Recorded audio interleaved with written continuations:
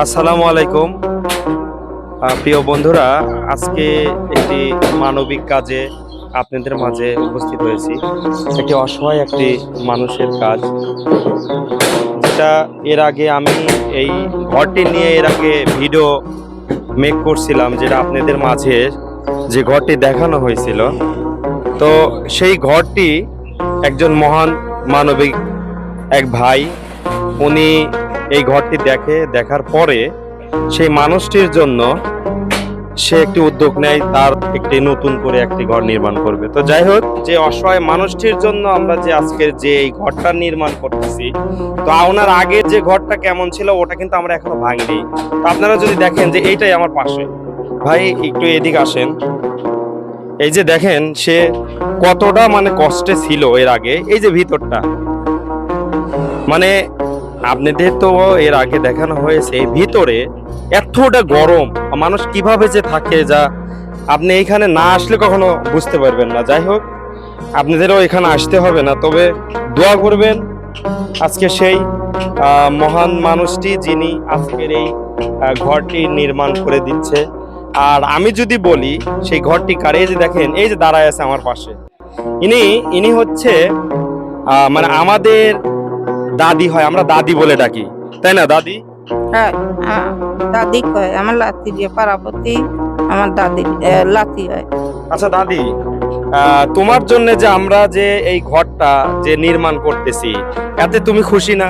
আমি খুশি বাবা, তোমরা যেন আল্লাহ যেন হায়াত দারাজ করে, সকলেই বেঁচে থাকো। আমাকে একটু বাসা হইয়ে দিচ্ছ, আল্লাহ যেন তোমারও হায়াত দেয়, আল্লাহ যেন তৌফিক দেয়, আল্লাহ যেন ক্ষমতা দেয়, বেঁচে থাকো।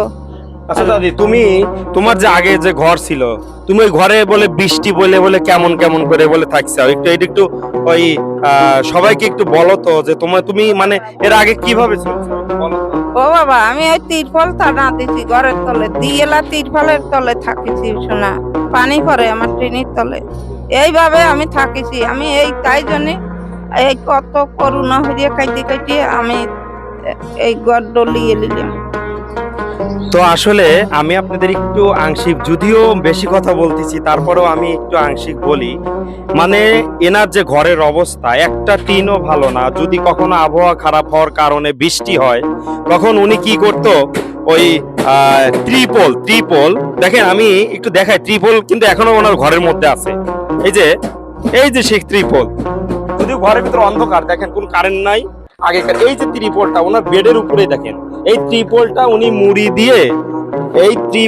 উনি মুড়ি দিয়ে থাকতো যখন বৃষ্টি হইতো। তো মানুষ কতটা কষ্ট করতে পারে, এই মানুষটার জন্য এক মহান ভাই। আপনারা এর আগেও দেখেছেন যে ভাই, আমি এখন ওনার নাম বলবো না, আপনারা হয়তো অনেকেই জানেন যে আসলে কোন ভাই এই কাজটা করে দিচ্ছে। তো ঘরটা নির্মাণ শেষ হওয়ার পরে, ঘরটা আমরা যখন নতুন ভাবে উদ্বোধন করবো, আমরা যখন আমার দাদিকে এই ঘরে উঠাইয়ে দেব, তখন সেই মানুষটা কিন্তু ওনাকে কিন্তু এখানে হাজির করবো, ওনাকে কিন্তু নিয়ে আসবো আমরা।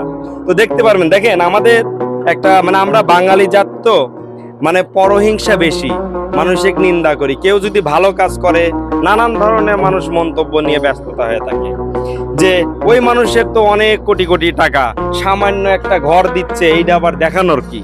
অনেকেই ব্যাড কমেন্ট করে। ভাই একটা জিনিস চিন্তা করেন, একটা মানুষের কোটি টাকা থাক বা লাখ টাকা থাক, সে কয় আনা বা কয় করে দিচ্ছে, এইটা আপনার হিসাব করার তো দরকার নাই ভাই। আপনি হিসাব করার কে? হিসাব তো আপনার করার দরকার নেই। হিসাব নেই একজন, ছিল উপরওয়ালা, সে তাকে দিয়েছে, সে কতটুকু নিজের জন্য রেখেছে বা কাদের জন্য কতটুকু দিবে, সেটা তার ব্যাপার। আপনি হিসাব করার কে ভাই? তো যাই হোক ভাই, পরনিন্দা করা বাদ দেন।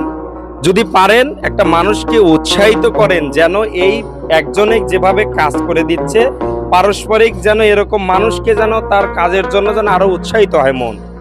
আপনারা এমন কেন রে ভাই, একটা মানুষকে নিয়ে নানান ধরনের মন্তব্য করেন। একজন কাজ করে দেয়, এটা নিয়ে তুলে একই কথা বলেন যে এটা আবার দেখানোর কি, ক্যামেরায় দেখানোর কি। এ ভাই, আপনি কোন হাদিস পড়ছেন?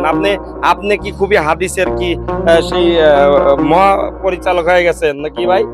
এবারে হাদিসের কি বলেন না কেন? হ্যাঁ, তো যাই হোক, তে ভাই ওই হাদিস কালাম ভালো করে পড়ে তারপরে এসে বললেন ক্যামেরায় দেখানো এটা কোনো ফ্যাক্ট না। এটা দেখে আমার আপনার শিক্ষা নেওয়া উচিত। কাকা আপনি কিছু বলি, কখন থেকে কাজ করতেছেন, কখন থেকে একটু বলেন তো। সকাল থেকে প্রায় গিয়ে এসে কত শোনা যাচ্ছে না? সকাল থেকে তাতে কি আজকে কাজ কমপ্লিট করে দিতে পারবে? হবে না, আবার কালকে, মানে 2 দিন পাক্কা, 2 দিন লাগবে। আচ্ছা, আপনার সাথে কিন্তু একটা জোগালে দিছে, এই যে আমাদের আরেক কাকা আছে, এনাকে হয়তো অনেকেই চিনবেন। এই যে এই মানুষটাকে অনেকেই চিনবেন, এও একটা অসহায় মানুষ। এর জীবনের কিছু কথা আছে যেটা আপনাদের মাঝে আমরা আগামীতে একদিন তুলে ধরব। এই মানুষটাকে অনেকে চিনবেন আর হয়তো অনেক চেনে না। ইনি আজকে এই ঘরের জন্য দিন মজুরা কাজ করতেছে। মূলত এই মানুষটা পাটাধার কাটায়, পাটাধার কাটাতেই বেশি পরিচিত। উনি আবার গানও জানে। যাই হোক, ওনাকে আজকে রাখছি যে কাকা আপনার আজকে পাটাধার কাটানোর দরকার নাই, আপনি এখানে একটু আমাদের মিস্ত্রি কাকার সাথে একটু জোগাল দেন, আমরা আপনাকে যতটুকু পারি একটা পারিশ্রমিক দেবো। কি কাকা, তাই না? হ্যাঁ ঠিকই তাই। আপনি তো আজকে এখানে না কাজ করলে তো হয়তো পাটাধার কাটা। হ্যাঁ পাড়া তার গাড়িতে নৌকো চালাইতাম, এই তো হিসেবে। বিয়েবেন না ভাই, আসলে মানে সব মনে করেন যে একটা অসহায়ের মতো মানুষ এগুলো। তো যাই হোক, আমি অনেক কথা বলে ফেলাইছি। আজকের এই ঘরটা হয়ে যাক, ইনশাল্লাহ আপনারা দোয়া করবেন যে ভাই এই ঘরটি নির্মাণ করে দিচ্ছে, তার জন্য দোয়া করবেন। উনি যেন এরকম ঘর আরো অসহায় মানুষদের যেন পাশে থাকতে পারে, তার যেন মন মানসিকতা আল্লাহ পাক যেন তৈরি করে দিতে পারে। আর আপনারা নিন্দা না করে, পরনিন্দা না করে ওনার জন্য পারলে একটু দোয়া করবেন এবং ওনাকে আরো উৎসাহিত করবেন। তো আমি আর কথা বাড়াবো না, সবাই ভালো থাকবেন, সুস্থ থাকবেন। আগামীতে ঘর নির্মাণ শেষ হলে আপনাদেরকে সেই মানুষটাকে নিয়ে হাজির হব। তো এই পর্যন্তই, আসসালামু আলাইকুম।